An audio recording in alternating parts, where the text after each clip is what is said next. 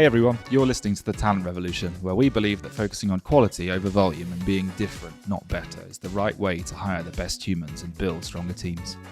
To help you do this, I go behind the scenes with forward-thinking recruiters, employer brand experts, and people leaders making a huge difference to their organizations.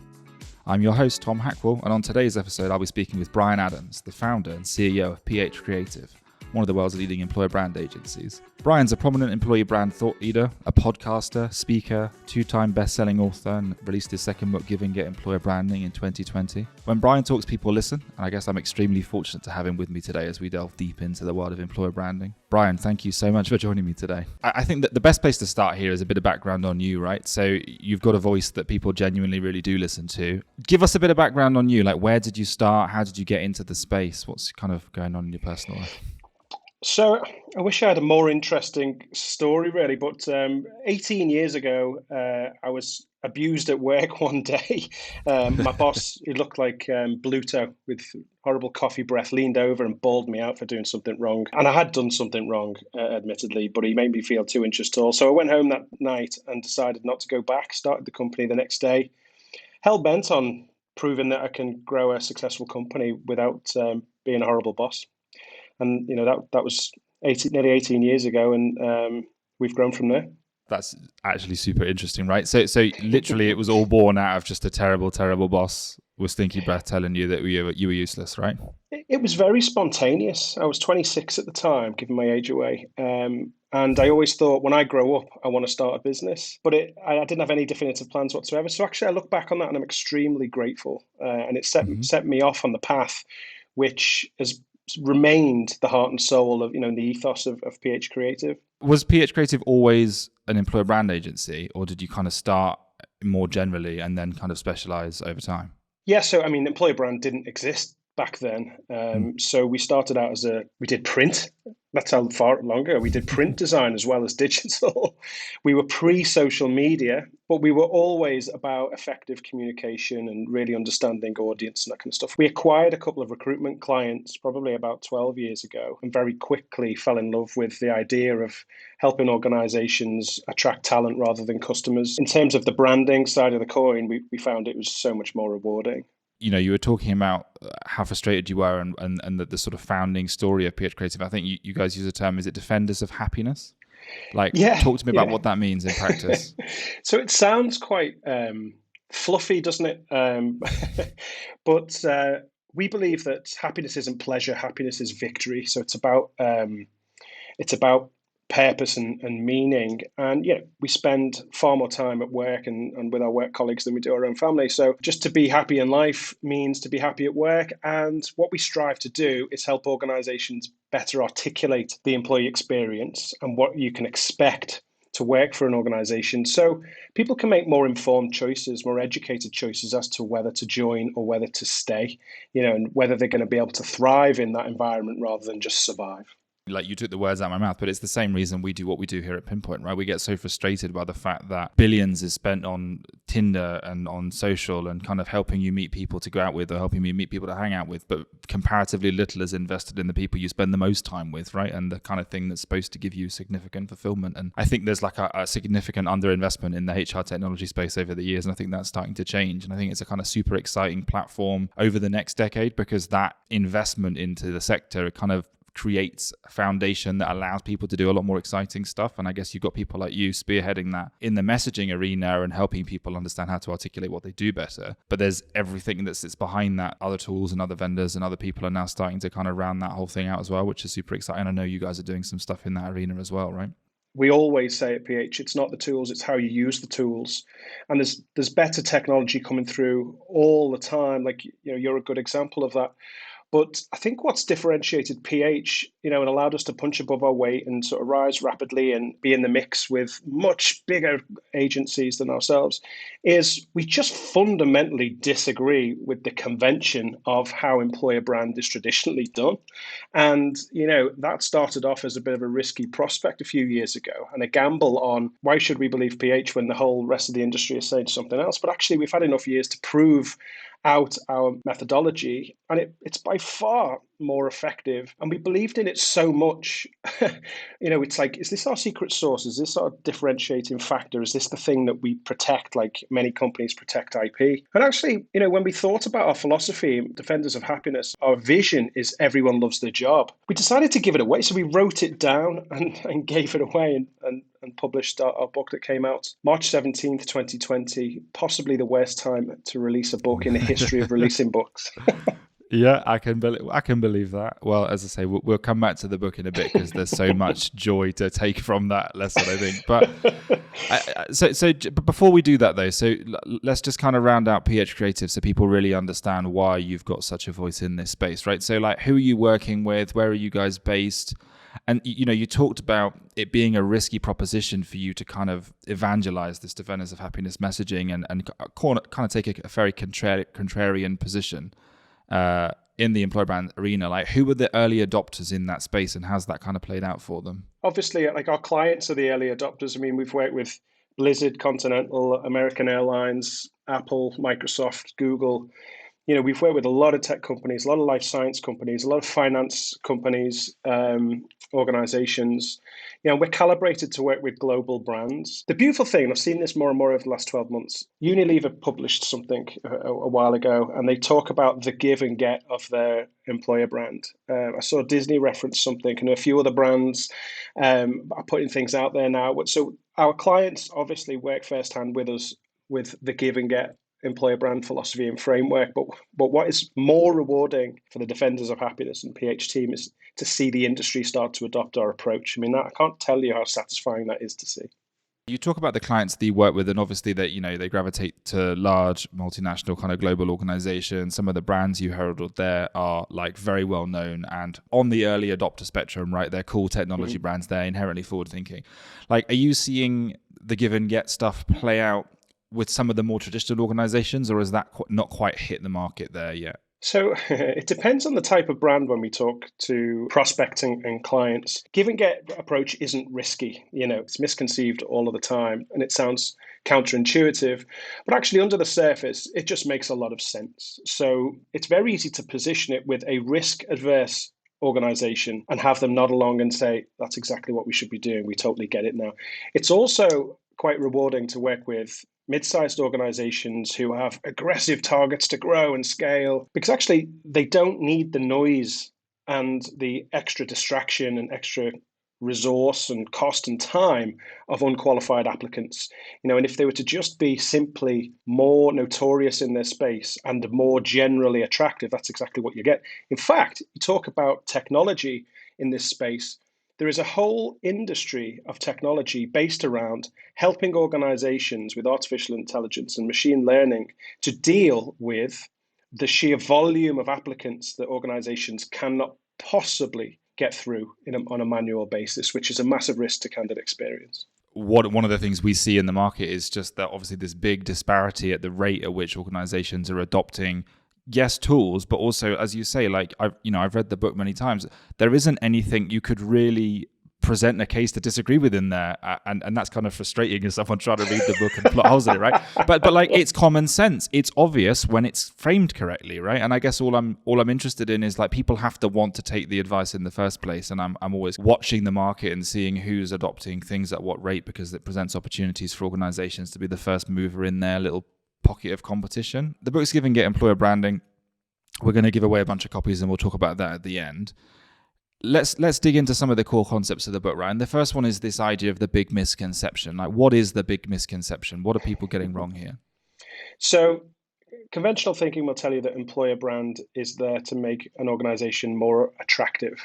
So it's a magnet to attract. The ingredients that exist in conventional employer brand will include the strengths, the benefits, and the opportunities to be had at any one particular organization. We all want to put our best foot forward and present ourselves in the best light, and we're proud of our organization, so that all makes a lot of sense, especially when you look at the root of where it's come from. It's come from a lift and shift from advertising and marketing, and that's exactly what you do. Now, the misconception here is everybody we reach, we couldn't possibly hire. Just to increase volume and be attractive generally doesn't really help our organization. Instead, there's quite a lot of pitfalls. So we prefer to position employer brand as a smart filter to help people make smarter selective choices as to whether they're ideally matched with an organization, whether they feel like they're going to be fulfilled, whether they're going to find purpose, impact, and belonging. And whilst we were doing the research for the book, actually, Shane Gray, who worked at Clinch at the time, we asked him, hey, what's a really important aspect of candidate experience? He said the best candidate experience an organization can offer anybody is the information required for them to decide not to apply in the first place. And I thought, wow, that's so smart. So that's the misconception. Employer brand isn't there to simply help you be more attractive and attract more volume. It's a smart filter to galvanize your internal audience based on acknowledgement and appreciation, but to polarize the audience externally. So some people will lean in and be compelled to apply. But with that same message, others will run for the hills and say, that's not for me. And that's the best case scenario for the organization and for the candidates and employees alike. It is as simple as that. And the quote you gave there is clearly going to be our social clip, right? Like that makes perfect sense. We see this a lot, right? We're a small organization, but we're inundated with applicants for the roles that we have. And we've really spent a lot of time trying to frame our job descriptions and our entire candidate experience around that disqualification process, because we don't want to offer a poor experience for people. And I think it's very easy to get through the interview process and say, hey, this is going to be hard and this is what you're going to have to give up and this is what that's going to look like and so on. And I think my prior experience has been that it seems to go in one ear and go out the other ear with unqualified candidates. And that's almost worse, because then you make a mishire and the cost of replacing that hire and the damage those people do to the organization is in some cases irreparable, right? So I guess the question most would ask would be, how do we get there? How do we go from where we are today with this very kind of cast as wide a net as possible approach to understanding what the narrative and the message should be to attract the right people and put off the wrong ones? How do people get there? The beautiful thing in all of this, if you understand your organization, you're confident that you can articulate the employee experience, what it's really like, and you understand the capabilities required in your people to drive the organization forward, that information can be crafted into a message which will split an audience. If I ask anybody about the last time they felt a real compelling sense of achievement, you'll get many different answers. But what they will all tell you is something that they've accomplished that they're proud of. And when you ask them why they're proud, they're not going to say because it was easy. They're going to tell you because it was hard, in lots of different ways. It could be they're outside their comfort zone, they had to learn something, they had to do something under pressure, they had to work with a team they didn't know or had to rely on, lots of different things. Now, therein lies the magic that convention will tell you not to talk about. The harsh realities and the adversities found in the employee experience. It isn't the gold, but it is the X marks the spot. It does tell you where to dig, because it's the quickest route to finding how people are fulfilled with passion and pride inside your organization. You yourself are extremely articulate, right? You've written books and you know how to frame this messaging and you know how to get that out there and you know the questions to ask to get the answers. And I think we've had other podcast guests in and around the space that have a similar set of skills, right? They've kind of got a more marketing-y, more brandy, design-y even background. Do you think that that's a skill that's becoming kind of more and more important in the HR space, right? Like when we talk to a conventional people team, we're seeing this kind of transition of job titles and we're seeing more of these kind of dedicated employer branding and marketing people related roles. How do you think about helping organizations that have a more traditionally structured HR team develop the skills to articulate this message properly? Is the answer just use an agency like PH, or is there more to it than that? There is more to it than that, but what I mean by that is there's more options. There's many different ways of skinning that cat. And the most important thing is to just get clarity on your own employer brand, which consists of three things really. One, reputation. What reputation do you need as an employer to drive the organization forward? Two, expectation. How can you level set the expectations to be discovered and validated with the employee or associate experience? And then three, experience. How are you going to manage the experience to be on brand and to be positive? As long as those things can be achieved, you could use an agency, you could do it yourself, you could build an agency internally, you can do something in between. The most important thing is you get there. And that just comes from being able to follow a simple roadmap with clarity and simplicity, something that plugs into the business strategy that the leadership can buy into and really support. As long as you can get there, that's the main thing, and that's partly why we wrote the book, in the hope that more than just our clients can find that type of solution. What you're talking a lot about here is understanding people and understanding the makeup of your existing team and the driving forces behind the performers in that team and sort of what you need to manage externally. Maybe a natural segue into personas, right? Like, how do you think about persona development? How do you think about framing that? What does the process look like when you work with organizations to develop those personas? You already nailed it earlier on.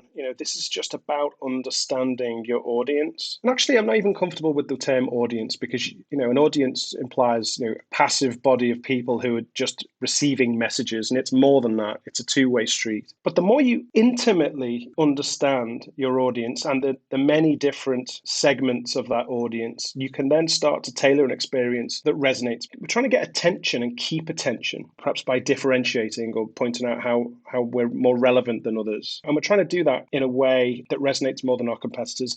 But ultimately, right underneath that, we're trying to create affinity. Do we have affinity? That's what we're trying to create. And if you develop personas correctly, it gives you the flexibility and agility to dial up and dial down aspects of your employer brand based on who you're talking to. And if you look at our personal relationships, you're a very different person when you're talking to your parents than you are talking to your best friend or talking to your kids. You're still the same person with the same values and beliefs, but you context how you position yourself accordingly. And that, in simple terms, is all it is. We speak to people who've identified your book or others, and they've read them and they've gone, everything here sounds incredible, and this is clearly the North Star we should all be shooting for.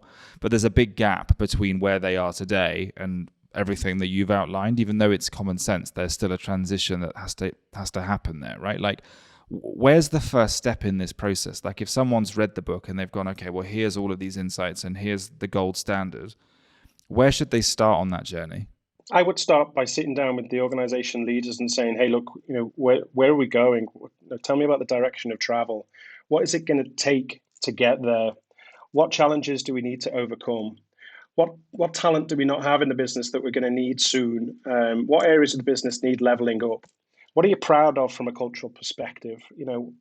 From a citizenship perspective, like, what do we believe in? What do we, what does our voice represent? And really understand not just today, but the business of tomorrow.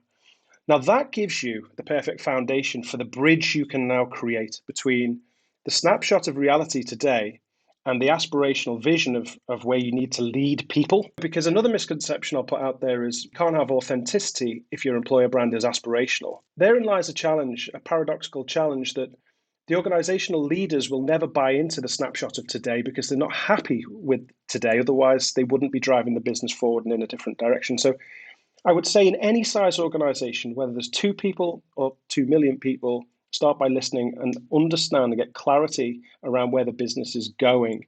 The gap analysis will show you where to start. And then it's about listening to your employees and make sure that you have a representative sample of what they think, what their opinion is of the employee experience. Third one is market view. What do you need to differentiate against? Who are you up against in the talent space? In the market view, the leadership view, and the employee view give you all of the ingredients to put something really smart and really compelling together to drive the business forward. Because, let's be clear, employer brand is only valuable to organizations because there is a return on investment. It just so happens for your people, inside and externally, there's also a return on investment. The trick is overlaying those so they are in perfect alignment rather than a tension between them, because that's where you start to fall down. So first step is simply by listening to your leaders, then your employees, and then the market. Working backwards a bit, so you talk about listening to the market, and I think that's something that's perhaps underappreciated, right? Like we've spoken to a few people who are doing this really well, and they've got like battle cards, right? So they'll produce competitor analysis from a recruitment perspective exclusively on here are the 5 or 10 or 50 other organizations we see that we compete for talent against. And when we have the opportunity to have that conversation with a top tier person, this is why we're better. This is what we offer that's different. This is the challenge that organization has. These are, without disparaging their competitors being the focus, like helping your team from a recruitment perspective. And this isn't just the front line of the recruitment perspective, right? Helping your line managers, helping your standard employees in a referral context understand how to frame your organization versus the competitive landscape, I think is massively, massively underappreciated. And so really glad you made that point. Absolutely, and I'd also add that speaking to your recruiters and hiring managers who are in the firing line at the sharp end of what you're trying to achieve from a retention and attraction perspective, they will give you insight about the competitive landscape through the eyes of candidates and through the eyes of employees, which is even more valuable because it's not about what's happening out there. It's about what people care about, what's happening out there. So that's extremely valuable. And rather than imposing an employer brand on hiring managers and recruiters, include them in building it and design for making their life easier and more consistently on brand. And that's another trick that we always use at PH, and it pays us back tenfold every time. You talk about difficulty having leadership buy into the sort of the outward perception, I guess, of your employer brand, because you can't be authentic if you're focusing on the future. It has to sort of represent today, but there's this challenge because I, as a leader, don't like what we see in the employer brand mirror today, right? And like we're obviously aspiring to do better there. I think in the context of me, and when I'm speaking to people in a recruitment context and trying to bring A players into the business, I focus almost exclusively on the challenges of where we are today because I know how miserable the experience is going to be until they get it right, and then it's hunky-dory in theory, right? And so I spend a lot of time trying to frame the challenges we face and position that as an exciting opportunity to leave a mark and kind of make a difference. How should you be striking that balance, as a leader or as somebody kind of constructing an employer brand from the ground up? Should we be focusing 100% on today, 100% on tomorrow, or like what does that kind of look like? Your leadership style is authentic and you're talking about where the organization needs to go.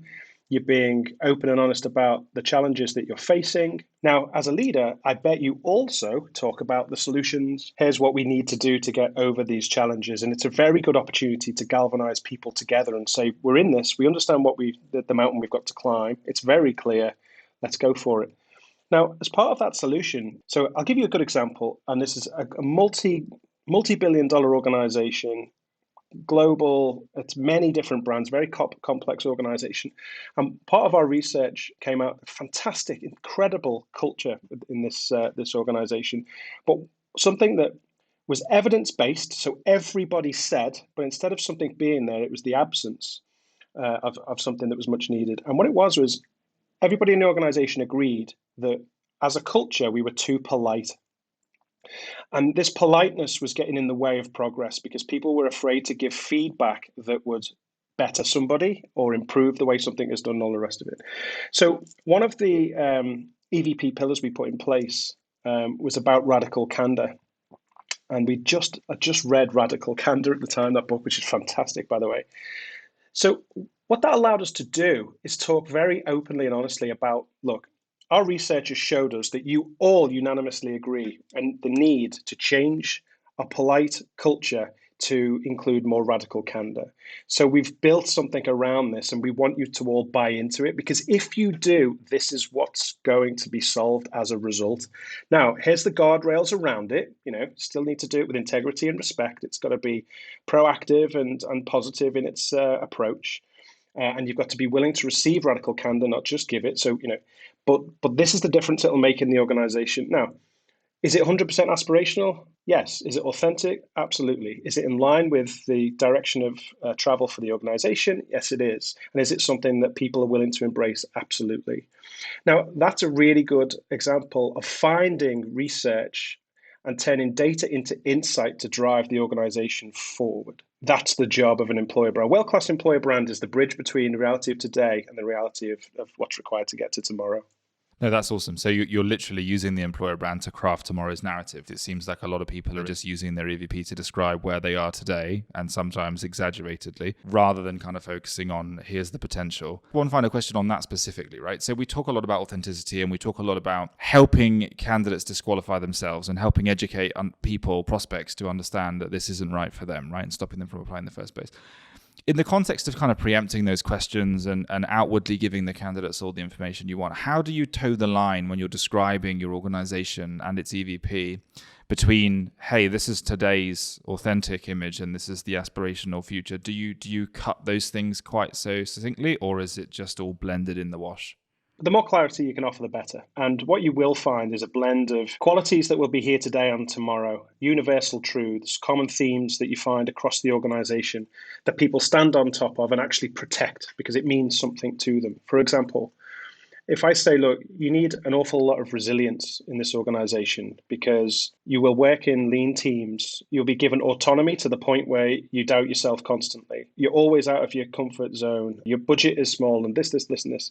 Resilience is super important. Now, I can tell you personal stories about resilience in the marketing department, in the recruitment department, in the finance department. They're all resilient and all a key aspect of employer brand, but they show up differently in an organization. Now, when you talk about something like that, that will probably be something you need in 5 years' time in this organization because the culture is built around something like that. And the stories you can tell of what's possible if you have resilience in this organization is a gold mine that will never stop being mined. There are classic insights that give you universal truths that will be true tomorrow as they will be today.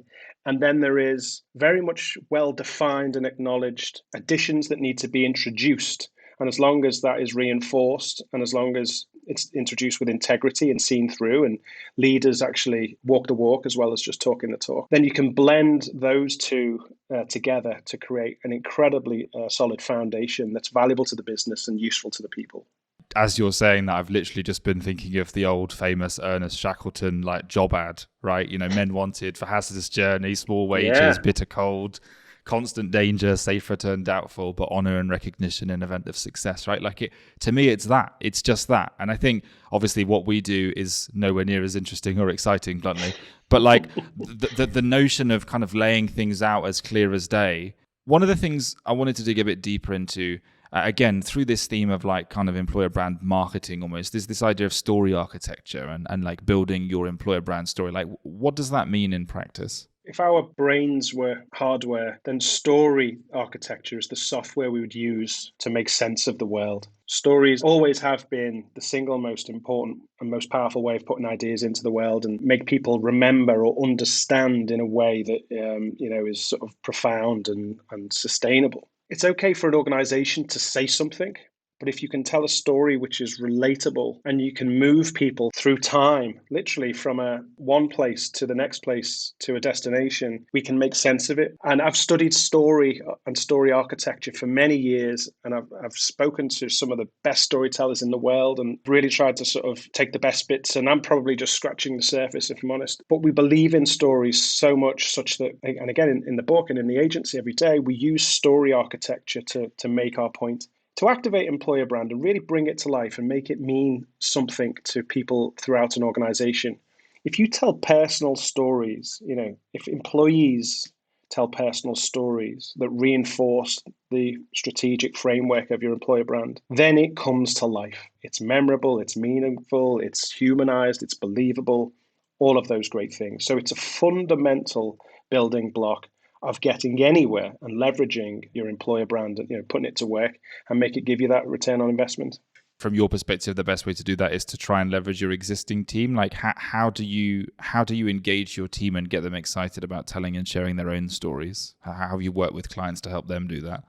So it's one of my favorite things. Julie, who's the head of our employer brand, and she's a fantastic strategist. We love doing workshops together because the sign of a good workshop for Julie and I is making somebody cry or making the whole room cry, because we'll dig and dig and dig and discover the values, and we'll discover the behaviors that are appreciated, the resilience that's required, or all of the different aspects of dealing with the harsh realities and adversities of an employee experience and getting ahead and thriving and finding fulfillment and all of that good stuff. Then we talk about what does it mean to you, really dig into the human aspects of purpose, impact, and belonging.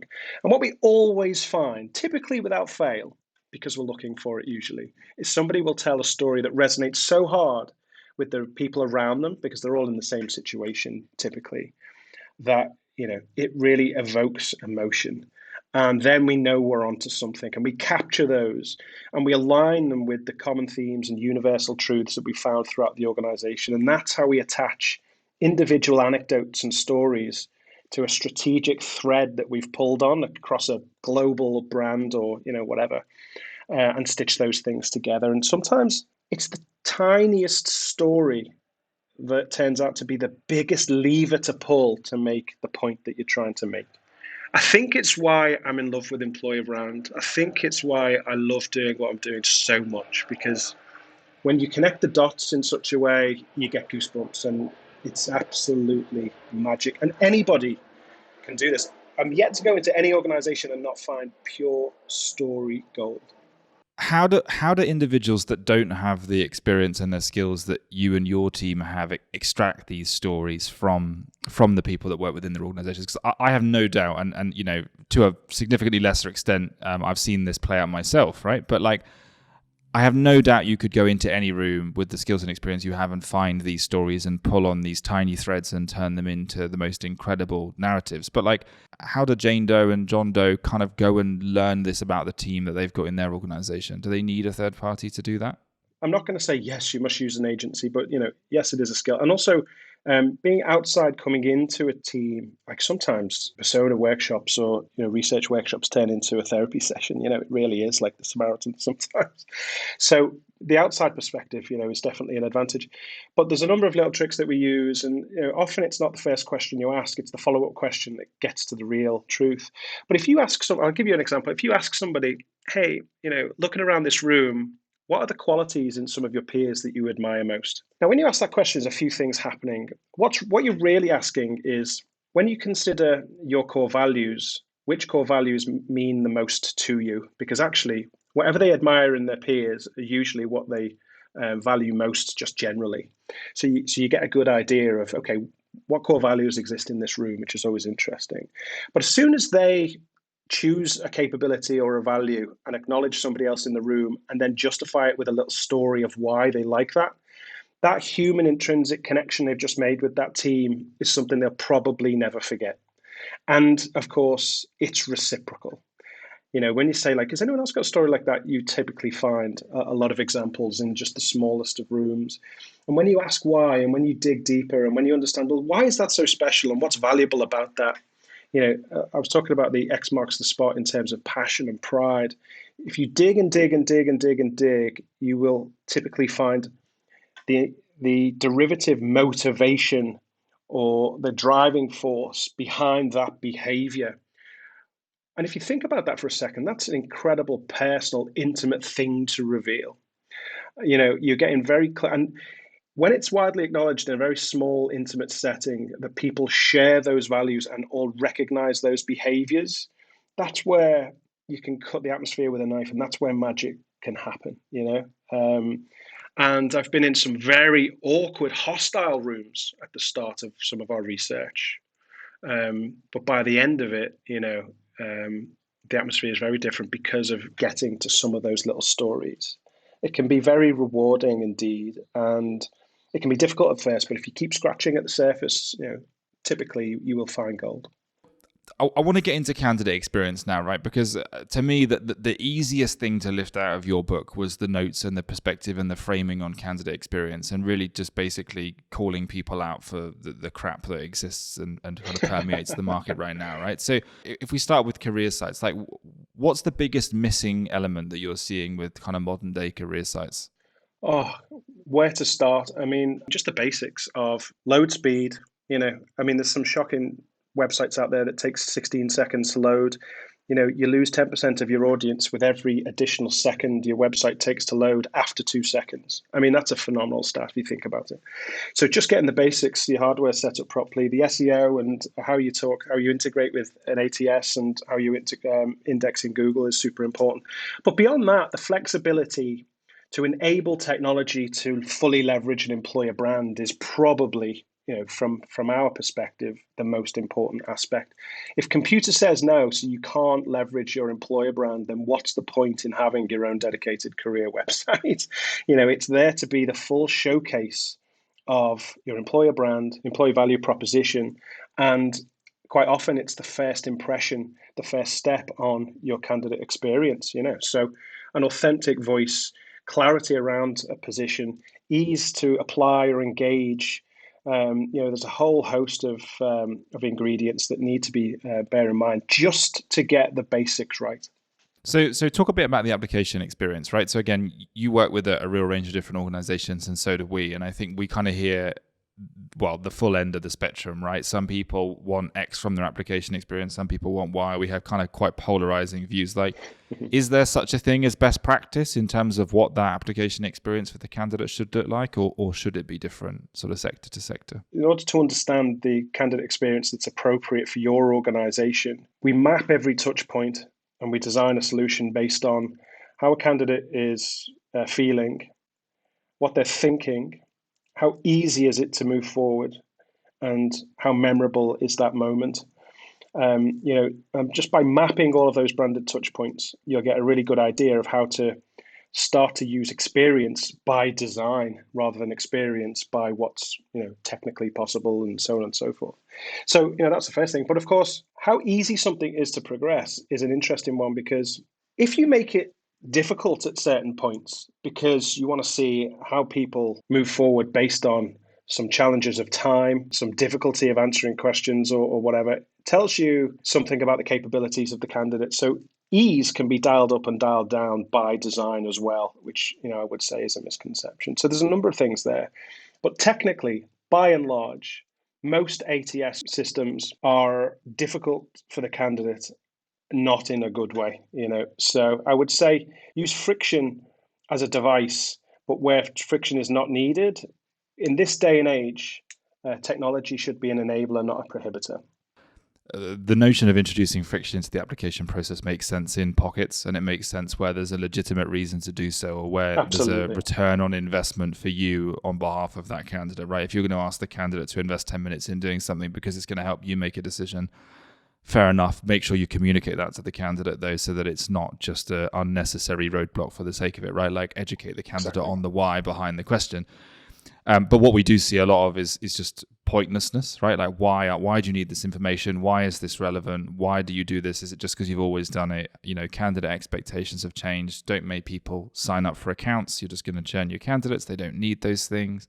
Don't make people regurgitate information that you've already got on it. Like the basic stuff we just see got wrong like a good 70 to 80% of the time. And I think your stat on load times is a fascinating one, right? That kind of 10% per second beyond 2 seconds. People need to kind of stop and think about that, and actually think about the severity of that problem. We all know how valuable the right candidate is, and think about the fact that you might have just lost the next X fantastic leadership hire, or that Y fantastic manager of whatever, because your website took too long to load. Like, people, I don't think, realize the severity of those problems. And I think the same is true. We have data that says if your application process takes longer than 5 minutes to complete, you'll lose 10% of your candidates per minute. We have data that says if you make people sign up for an account, you'll lose 70% of them before they even start the process. The industry has become so used to just seeing candidate numbers and like the vanity metrics be the goal, right? How many candidates can we attract? Can we get 2,000 applicants per job? Can we get 3? What then happens is every candidate becomes a commodity, and it's just another row on a spreadsheet. And people forget that actually one of those rows was the person you wanted, and that row never made it to the spreadsheet because the website took too bloody long to load. And exactly. So, I mean, yeah. I applied for a job in 2001 and never heard back. So technically, I'm still in that candidate experience. It's a long one, mate. It's a really long one. That, yeah, Still got my that time to hire fingers stats. crossed. That someone's getting fired there if they hire you. There you go. But this the thing, right? And I think it is that, right? It's, you talk about the big misconception. I just call it chasing vanity metrics. And I think we just see so much stuff. Oh, how many views have we got on our careers website is the important stat people are tracking. How many applicants have we got is the important. That is the opposite of what you want, right? It is literally and I'm saying it worse than you did earlier, but it's still true, right? It's like, focus on quality, focus on who are we resonating with, not how many people are we resonating with.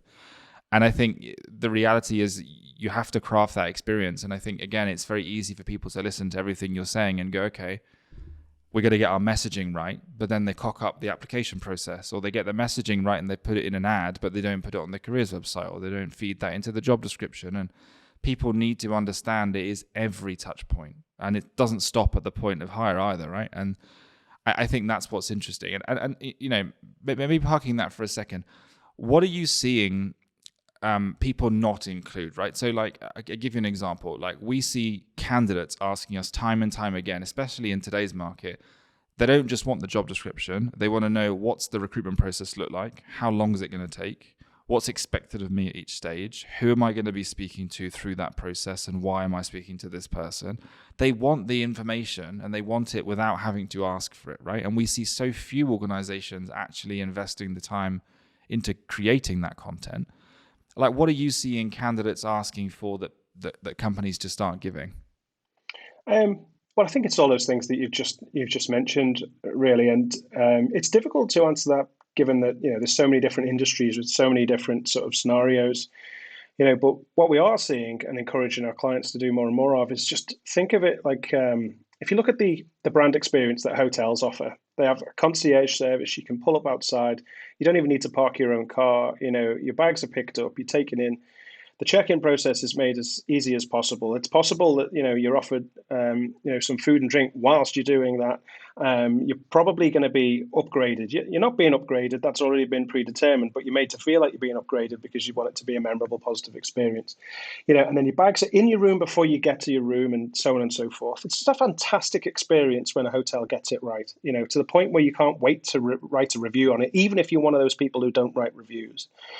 And that's what we're chasing. That's what the industry bar is set at, really, because if you can experience a brand experience like that in any facet of your life, then that's what we expect when we're applying for a role or interacting with any brand online for any reason. Frankly, our job in this industry is to catch up. I love the analogy because we literally use it here, right? Like, I had an experience at the Rosewood Hotel in London. And what they did that everybody else doesn't is they didn't just go, here's your key, your room's on the third floor, go to the elevator. They walked me to my room and talked to me about the hotel and the heritage of the hotel and why my room was designed the way it was designed and why the hotel had been in this location for such a long time and the things that were notable in the vicinity. And the thing is, like, I traveled and I've stayed in lots of hotels that did everything you did, but the Rosewood did this also, right? They did that, the standard baseline, but they found a way to level up. And I think that's the thing that we're chasing with our own personal candidate experiences. What's the thing we can offer the candidate that levels them up, right? And so, to us, so for example, we have, when we're recruiting salespeople, we have them do mock demonstrations, right? So they have to use our product to sell it back to us. And we use that as a barometer to test how quickly they learn and take on feedback and so on. But instead of giving them like a standard demo account, we create a personalized account for them based on the things we've learned about them so far. And we feed that into the experience that they're offered. And we compensate them proactively for that time because we feel like we should, right? And it's like, these are two very easy things. We're talking $100 an interview. And if someone's made it to that interview, they're worth that $100, and it's an hour of time on the personalization front. But people remember that experience and they go out to do their prep and they think, oh God, Pinpoint have invested some time in getting this right for me. I should probably do the same. And that's our level up in that tiny context. And we need to find it in every single touch point in the brand, right? And I think the hotel analogy is a good one because it's so obvious when it's right and it's so obvious when it's wrong. But it's exactly the same level of obvious in the candidate experience as well, right? 100%. And on our career sites, we offer a fairly comprehensive aspect of personalization. How it works, I don't know, because what Jim and the team do is just mind-blowing to me. But of course, if you walk into a hotel and you're a returning customer, they nailed personalization years ago, didn't they? So we're still just chasing that sort of, but we'll get there, and it's an exciting space to be in. And then, of course, when you get the fundamentals right, the basic hygiene of what we've just discussed, and then you optimize to be on brand and the version, all of those insights and thoughts and little touches that are memorable, that are tailored to your brand and your brand position and your brand personality, then magic can happen. And that's where an experience turns into a story when you go home. And, that's what reputations are built on. People talking about you when you're not there. The talent mobility space has changed a lot. People are moving jobs more frequently. The COVID landscape has just radicalized the way people think about things, right? Like organizations who were taking this stuff seriously before have accelerated those plans. Organizations that weren't have been forced to do so now, right? Talk about how this is all playing out in the market right now. We hear a lot about the great resignation at the moment. Like, what does that mean to you, and how are you seeing that play out? We've got many clients across different continents, different sizes, different industries and sectors, really good companies who are losing good talent, and on the face of it, through no fault of their own. So if any organization is there going, what are we doing wrong? Like, the fact of the matter is, there's many organizations not really doing a lot wrong. It's just what's happening. And it's called the great resignation. I think what's happened over the last 12 to 18 months is, people have had the great epiphany that they can make different choices than they realized, and they've reevaluated their lives, and it turns out they want different things. The world has changed. If you look at it on a micro level, we probably all operate on a daily basis differently than we did 18 months ago. And organizations need to realize that you can be a great company, but that is no longer good enough to keep great people. You have to remain differentiated, remain relevant, and remain empathetic and compassionate to the current circumstance of today. So, if there isn't an organization out there really understanding the fact that they need to refresh their employee value proposition, because their proposition has changed, whether they know it or not, and whether they want it to or not, then therein lies the issue. So we're doing an awful lot of EVP refreshing at the moment, even though a lot of EVPs we've done, like some are like 6 months old, and we're saying, hey, look, the world's moved so much, the company has grown, or in some cases reduced, but we need to refresh what our message is because the world has changed. And unfortunately, that's the scenario, that's the circumstance for most organizations today. And it's one of the downsides to what we've just come through in terms of COVID and civil unrest and everything else that the world's thrown at us in the last 18 months. It sort of depends on what side of the buy side equation organizations sit on, right? Like, we speak to lots of organizations, sadly, who still think recruitment is a buying exercise. They think they're going into a market of captive talent that want their jobs, and they're making the decisions. It doesn't work like that anymore, right? If you're hiring, you're selling, you're not buying, right? You're selling the opportunity to work at your business. And the sooner you understand that, it's easier to reframe things around, and you understand that actually your messaging is dictated by the market, not the other way around. Everything you said completely resonates, and we're seeing similar challenges with our own clients, right? Who are just seeing that the quality and the caliber of their applicants either dramatically increase because they're mission-driven organizations that are well-positioned, that have favorable, employer value propositions for today's market, or, as you said, fantastic organizations who haven't done anything wrong but haven't adapted to reflect current market conditions. And I think some of them are, the wind's been taken out of their sails a bit, and they're sort of struggling to adapt. And everything you've said hits hard, right? It really does. Yeah, it's easily fixed. And actually, I was talking to an organization just this morning, and they're saying, look, is there anything we can do super quick? We're worried about this. And what we quickly dug into is the idea of, look, if we just start the research process of listening to your employees to refresh the EVP, straight away we can send a very positive signal that, hey, we are listening. We know something has to change here.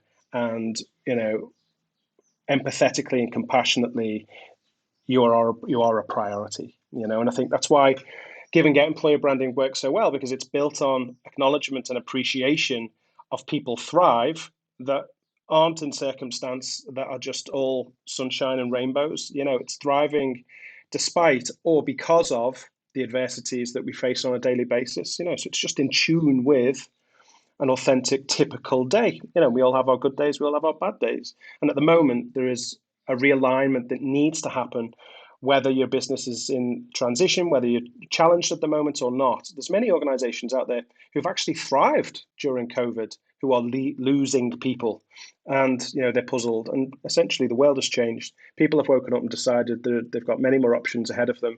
They've made decisions, life decisions that they wouldn't have made otherwise. And just by taking the first step and starting to respond, you can bridge the gap between the great resignation and some sort of retention that you're comfortable with. There's a couple of next steps here, right? So if you want to dig deeper into this, obviously we've only just scratched the surface. And I think hopefully what you've taken away from this is the importance of getting this stuff right, especially through the lens of the stuff that's happening around everybody at the moment. So in support of that, we've picked up 50 copies of Give and Get Employer Branding, and we'd love to give them away to you, the listeners. As I say, this is something a book I gift to people all the time, and it's also a book we reference on the bloody podcast all the time. So it's really, really, really worth a read. If you want a free copy, please email podcast@pinpointhq.com and give us your name and your mailing address, and we'll send you a free copy, no questions asked. If you want something a bit more hands-on, or you can't be bothered to read the book, Brian's got something even better for you, right? So, Brian, do you want to talk a little bit about your employer branding strategy sprint?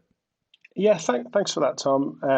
We've been asked for people who've read the book all over the world to assist with a little bit more sort of interactive, engaging learning to get people started. So we've developed an employer brand strategy sprint course. It's just 2 weeks long. And the reason it's just 2 weeks is we wanted to just jam in all of the high value stuff. It's 80% pre-recorded, 20% live session. So some live lectures from myself and the team, so we can answer questions and so on and so forth. But it's an accredited course designed for people to do in their own time and just extract high value in a short space of time, so you can just put it to work very quickly. Awesome. Yeah, and we fully endorse that, right? It's definitely worth checking out. And please, if you do so, let us know how you get on with it. But yeah, look, that just leaves me to say thanks once again, Brian. We really appreciate it. It's been great to get to speak to you a bit more, and all the best. Thanks for your time. Tom, that was an absolute pleasure. Thanks for having me on. Everybody else, for more great tales from the trenches and best practice guidance, please stay tuned to the Talent Revolution. We've got great quality content with people just like Brian coming every Tuesday. Subscribe wherever you listen to podcasts, and we'll see you in the next episode. Thanks for listening.